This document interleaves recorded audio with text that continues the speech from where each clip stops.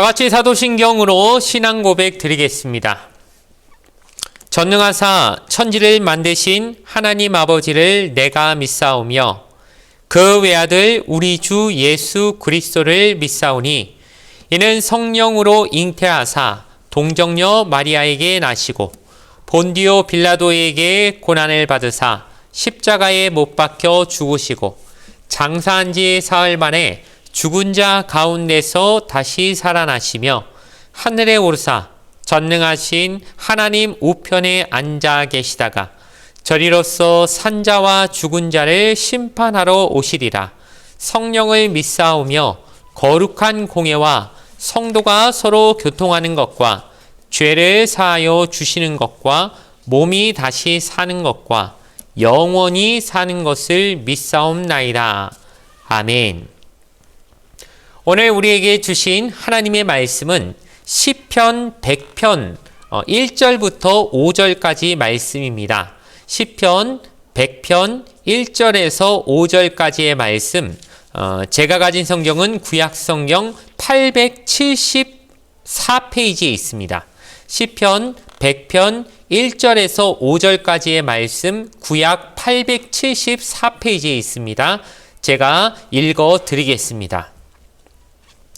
온 땅이여 야훼께 즐거운 찬송을 부를지어다. 기쁨으로 야훼를 섬기며 노래하면서 그의 앞에 나아갈지어다. 야훼가 우리 하나님이신 줄 너희는 알지어다. 그는 우리를 지으시니요 우리는 그의 것이니 그의 백성이요 그의 기르시는 양이로다. 감사함으로 그의 문에 들어가며 찬송함으로 그의 궁정에 들어가서 그에게 감사하며 그의 이름을 송축할지어다. 야훼는 선하시니 그의 인자하심이 영원하고 그의 성실하심이 대대에 이르리로다. 아멘. 오늘 주신 말씀을 가지고 감사함으로 그 문에 들어갑시다는 제목으로 잠시 말씀의 은혜를 나누도록 하겠습니다. 예전에 어떤 분의 간증을 들은 적이 있습니다. 이분은 한눈에 딱 봐도 시원할 정도로 이 앞 이마가 완전히 벗어진, 쉽게 말해서 머리가 좀 없으신, 머리숱이 많이 없으신 그런 분이었습니다. 보통 이렇게 머리숱이 많이 없는 분들은 이 부분을 가지고 하나님 앞에 감사하다고 생각하기가 쉽지 않을 것입니다. 그런데 그분은 자기 스스로 말하기를 자기는 대머리의 축복을 받았다. 뭐가 축복이냐 했을 때 세 가지 이유가 있는데, 첫 번째는 하나님의 사랑을 많이 받을 수 있는데, 왜냐? 하나님이 이렇게 내 머리를 항상 매일 아침마다 잘 때마다 쓰다듬어 주시는 그런 복을 받는다. 두 번째는 머리카락 없는 사람은 비교적 구걸하는 사람이 없다. 경제적으로 다 이렇게 복을 받는다. 왜냐하면은 남들에 비해서 좀 경제적으로 유리한 게 샴푸 값이 많이 안 들고 물값을 아낄 수 있어서 그렇다. 이것도 우스갯소리겠지요. 그리고 제일 결정적으로 이것이 내가 머리가 별로 없다는 것이 하나님께 너무너무 감사한 게 하나님을 좀 편하게 만들어 드리는 것 같다. 왜 그러냐? 마태복음 10장 30절 말씀 보니까 너희는 머리털까지 다 세신 바 되었나니, 이런 말씀이 있는데 하나님이 얼마나 내 머리를 세다가 좀 쉬우시겠느냐. 남들처럼 많이 안 세도 별로 셀 게 없으니까 세는데 고생 안 하셔도 되니까 참 하나님 앞에 감사하다라고 하는 그런 이야기를 간증을 하시는 것을 들은 기억이 납니다.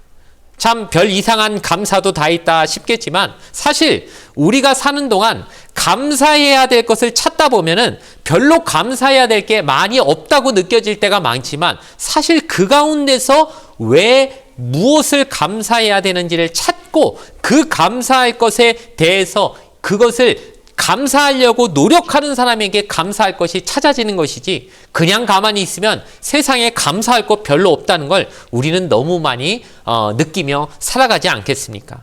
그렇기 때문에 이 추수감사 그 주일을 앞두고 우리가 감사를 다시금 회복해야 될 것인데, 그러면 왜 감사해야 되는가? 그리고 감사하면 무엇이 좋은가를 조금 살펴보는 시간이 되기를 주님의 이름으로 간절히 부탁을 드리겠습니다. 오늘 우리가 읽은 시편 100편의 말씀은 이스라엘 사람들이 성전에 감사제를 드리러 갈 때 불렀던 일종의 감사시 찬송입니다. 요즘식으로 말하면 추수감사절이나 맥추감사절 이럴 때 부르는 찬송이었다고 할 수 있겠죠.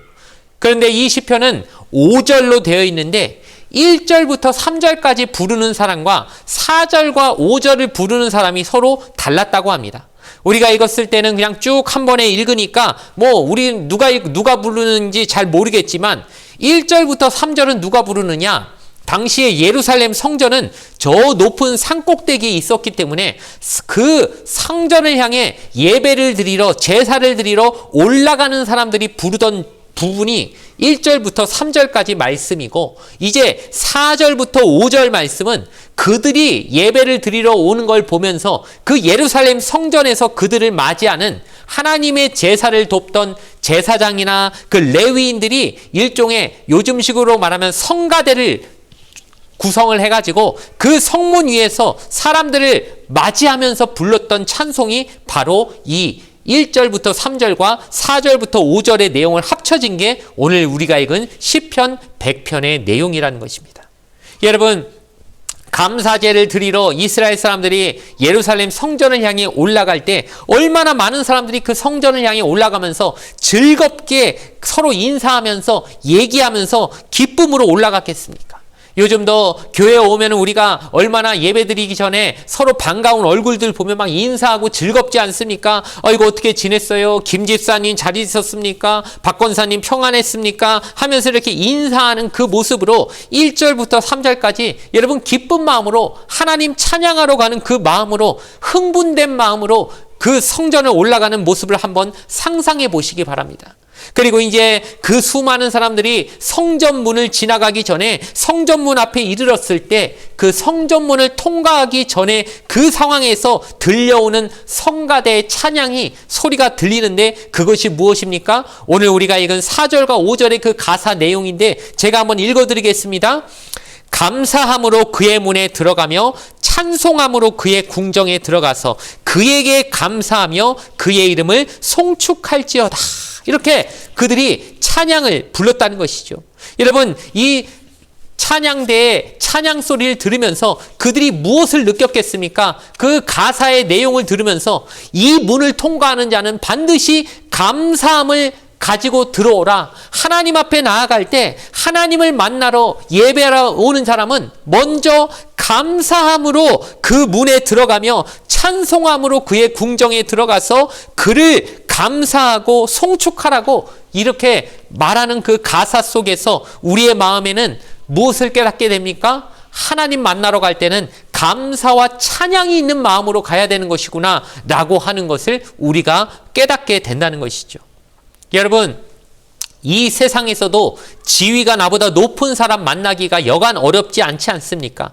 예를 들어 큰 대기업의 회장 만나는 게 어디 가당키나 합니까? 혹은 인기가 아주 많은 연예인 한번 만나는 것도 쉬운 게 아니죠. 게다가 대통령을 만난다는 거 어떻습니까? 거의 살면서 기회가 거의 한 번도 안 올지도 모릅니다. 그런데 그런 사람들하고는 비교도 할 수 없을 만큼 천지를 지으신 하나님을 만난다는 것 얼마나 두렵고 이것이 불가능에 가까운다는 것을 우리는 충분히 예상하고 생각해 볼 수 있는 것입니다. 그런데 이 귀한 하나님을 만나러 오늘 왔기 때문에 우리가 함부로 만날 수 있는 게 아니라 그분을 만나기에 적합한 태도와 자세와 준비가 되어 있어야 되는데 오늘 성경 말씀은 우리에게 그러려면은 하나님 만나러 오기 전에는 아무렇게나 오지 말고 반드시 입술에 감사를 머금고 하나님 앞에 왔을 때 그 마음 가운데 하나님의 은혜에 감사하는 모습으로 와야 된다. 그렇게 만나러 와야 된다라고 그렇게 가르쳐주고 있으니 우리가 이것을 배웠다면 이것을 안다면 이제 우리 삶에 감사가 얼마나 귀한 것인지를 잊지 않을 수 없을 것입니다. 여러분, 우리가 하나님 만나러 왔을 때 대부분 사실은 어떤 마음이 많습니까? 원망, 불평, 평소에 하나님 앞에 하나님 내가 이렇게 기도하는데 왜 그 응답을 안 해주십니까? 내가 잘못한 게 있습니까? 막 어떨 때는 하나님 앞에 막 따지고 싶은 마음이 생길 수도 있고 하나님 앞에 어떻게든 떼써가지고라도 내가 뭘 얻고 싶은 걸 반드시 얻어내야겠다라고 하는 그런 마음들이 솔직히 주일날 하나님 앞에 올 때 있는 것도 사실일 것입니다. 그런데 여러분, 그런 마음으로 하나님 앞에 나아갈 때 과연 문제 해결에 이를 수 있겠습니까? 오히려 실이 완전히 엉켜버린 것이 더 헝클어져 가지고 좀 차분하게 하나씩 풀어야 이 실도, 엉킨 실도 풀려질 것인데, 그 끝을 찾아서 순서대로 뽑아내야 될 것인데, 그냥 급하다고 힘으로 막 풀려고 하다가 더 엉키고 더 설키기만 하는 것이 우리 삶의 모습일 수 있는 것입니다. 그렇기 때문에 우리는 반드시 시작을 뭘로 해야 되는지를 꼼꼼히 생각하면서 하나님 앞에 나아갈 때 막 이렇게 원망 불평하는 마음으로 아무리 와서 떼써봐야 그게 하나님 마음을 여는 것이 아니라, 감사와 찬양으로 하나님 앞에 나올 때 하나님의 마음이 자동스럽게 열린다고 하는 것을 믿는 우리가 되어야 할 줄로 믿습니다. 왜냐하면 우린 하나님의 자녀이지 않습니까? 여러분, 내가 하나님의 자녀라는 거 믿으시기 바랍니다. 그 믿음이 없으니까 우리가 안달복달하고 자꾸 스트레스를 받는 것인데, 하나님이 나를 사랑하시고 하나님이 나를 보고 기뻐하신다는 걸 믿는다면 하나님이 알아서 인격적으로 나를 얼마나 사랑하시고 나를 위해 복을 주고 싶어 하신다는 것을 어찌 믿지 않을 수 있겠습니까?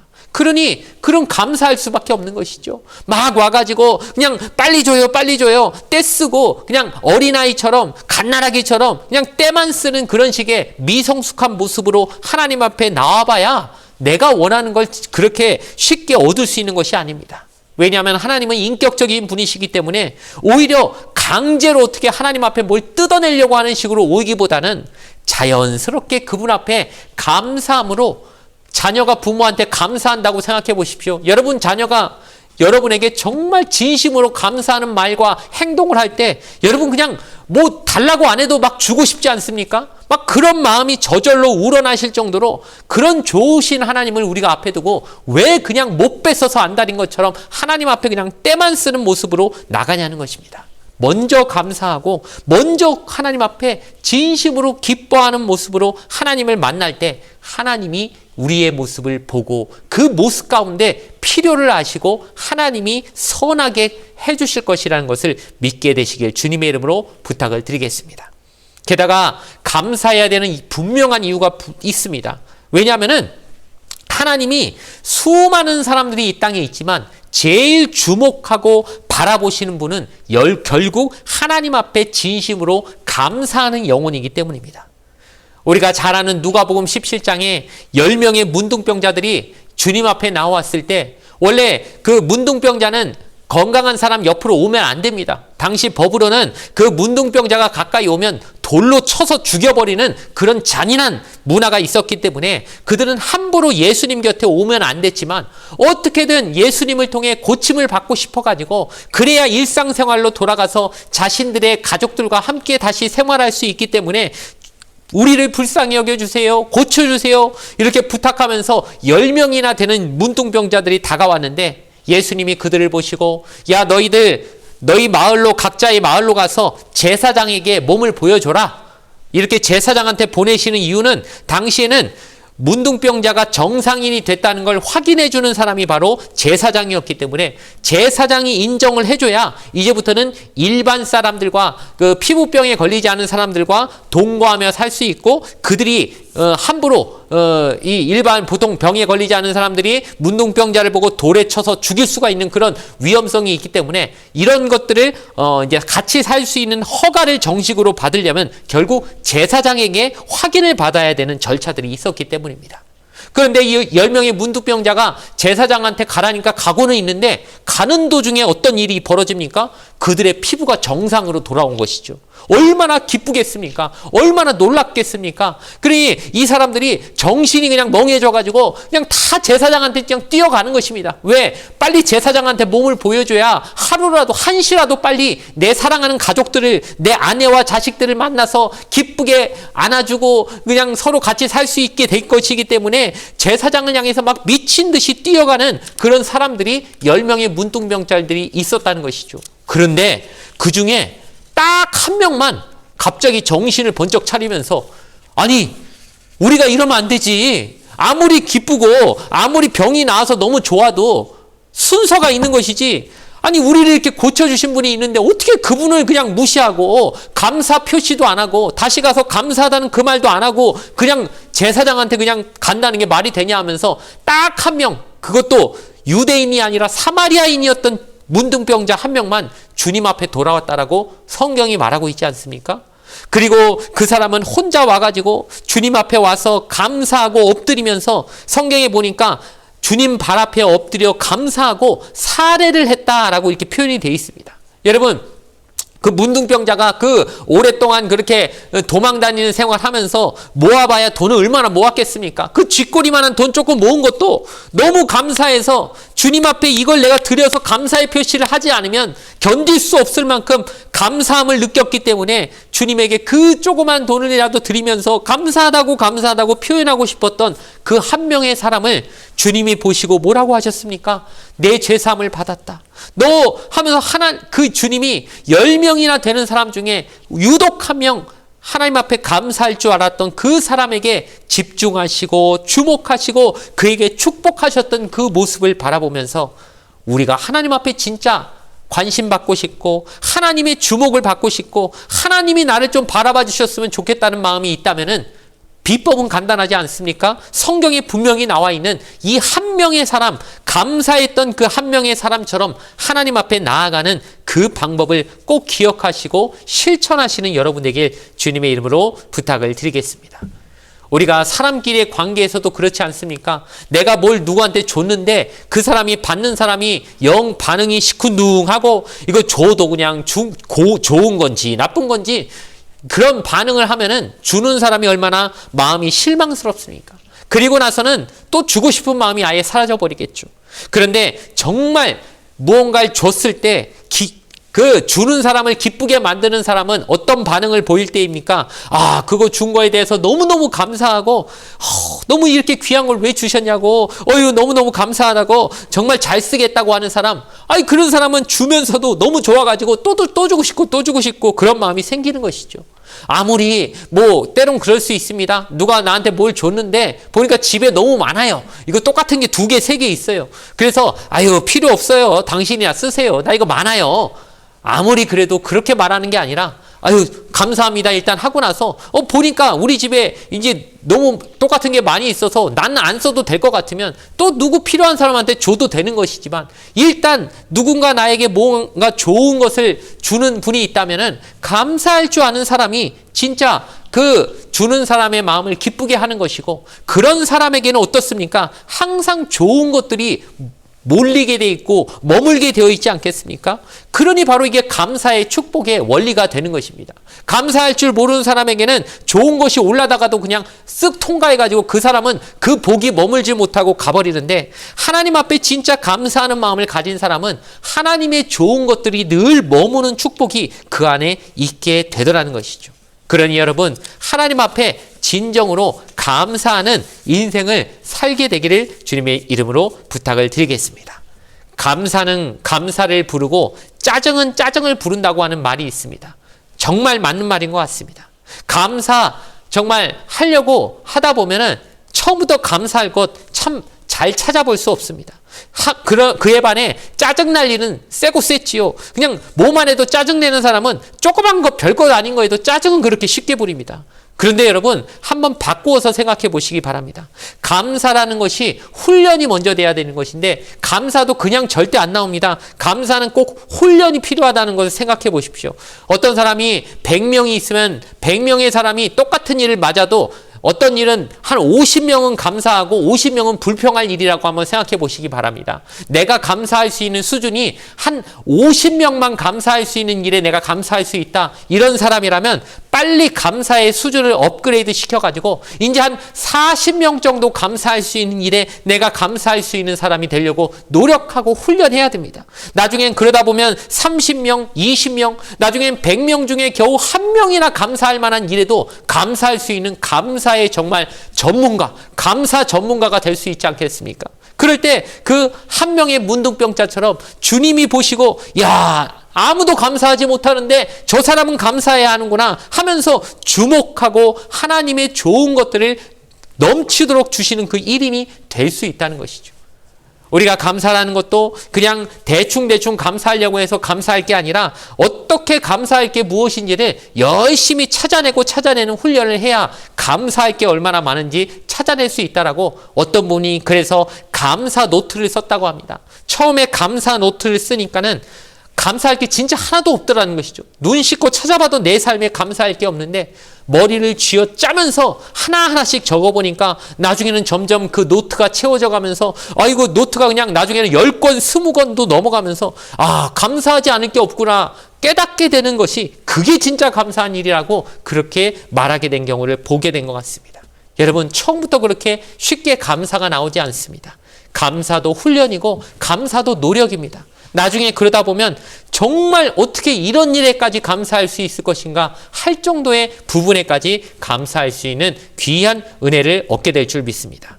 말씀을 마치면서 우리가 잘 아는 사랑의 원자탄이라 불리는 손양원 목사님의 그 이야기로 이 내용을 마치려고 합니다.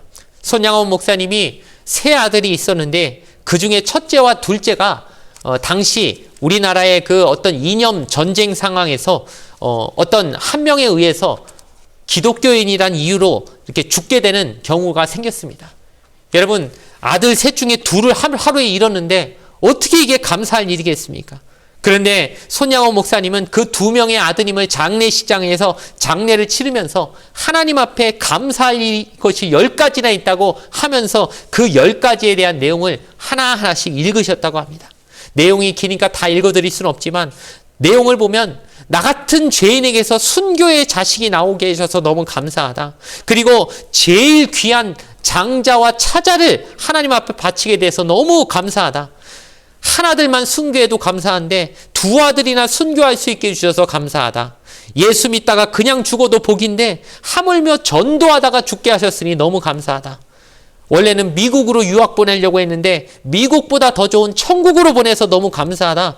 그리고 내 아들 죽인 그 원수와 같은 사람을 회개시켜서 내 양아들로 삼을 수 있도록 사랑의 마음 주셔서 너무너무 감사하다. 이런 식으로 10개나 되는 감사 제목을 찾아 하나님 앞에 고백했다고 합니다. 누가 그렇게 감사할 수 있겠습니까? 그게 감히 감사할 수나 있는 상황이겠습니까?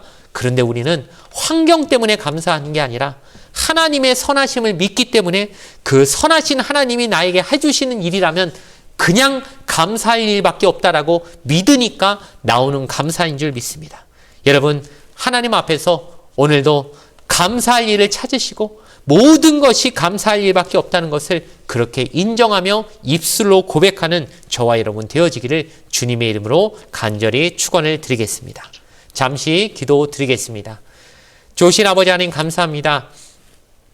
우리의 삶 가운데 감사할 게 무엇인지 아무리 생각해봐도 생각나는 게 없을 만큼 부족한 우리의 모습이지만 하나님 그럼에도 우리를 사랑하셔서 여러 가지 많은 좋은 것들을 주고 계심을 믿사오니 주님을 향한 그 감사로서 이번 한 주를 잘 보낼 수 있게 하여 주시었고 그것이 1년이 넘어가도록 날마다 감사할 수 있는 바로 평생을 감사로 살 수 있는 축복을 우리에게 허락하여 주시옵소서. 감사를 훈련하며 연습함을 통하여 더욱더 나은 감사를 하나님 앞에 드릴 수 있는 저희가 되게 하여 주시옵소서. 감사드리며 예수님의 이름으로 기도드렸습니다. 아멘. 주기도문으로서 예배를 모두 마치겠습니다. 하늘에 계신 우리 아버지여, 이름이 거룩히 여김을 받으시오며 나라가 임하시오며 뜻이 하늘에서 이루어진 것 같이 땅에서도 이루어지이다. 오늘 우리에게 일용할 양식을 주시옵고 우리가 우리에게 죄 지은 자를 사하여 준 것 같이 우리 죄를 사하여 주시옵고 우리를 시험에 들게 하지 마시옵고 다만 악에서 구하시옵소서.